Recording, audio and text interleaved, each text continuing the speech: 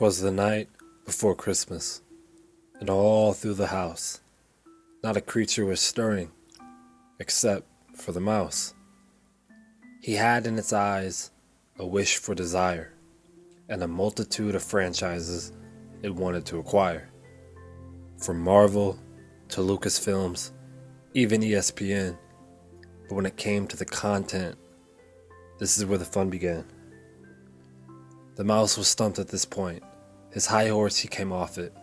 He thought to himself, I got all these toys, but how do I profit? The mouse brought together his business partners to devise a plan to make his enterprise smarter. They bounced off ideas until their office was in wreckage. Then suddenly it came to the mouse. What about the message? An intern chimed in. Are you talking about seeing yourself on screen? No, my dear, said the mouse. I'm talking about effective marketing.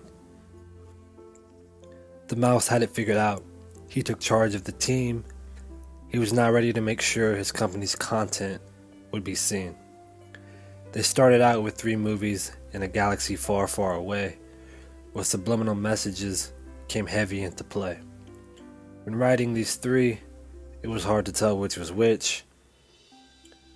This is where they implemented what's known as the bait and switch. They took classic characters and gave them a twist. Although Star Wars was ruined, the money came in quick. The mouse had made its mark, and people followed their path, outlasting any doubts of Disney being too woke for math. Then along came the coronavirus. When it came to movie tickets, people questioned, can I afford to buy this? Suddenly projects that were once money makers were shown that their directors and showrunners were actually fakers. A project titled Obi-Wan, where fans didn't know they had to worry, it ended up not being about Obi-Wan, but it was more like Reva's story. Certain shows and movies, they left fans in a schism. The mouse had an ingenious idea to call their critiques racism. A Pixar film here, and a Marvel movie there.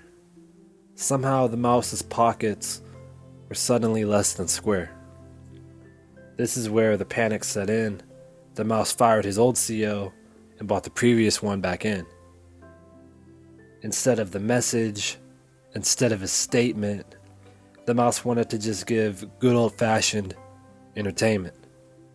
They dived in the archives looking for more and produced a show called Star Wars Andor.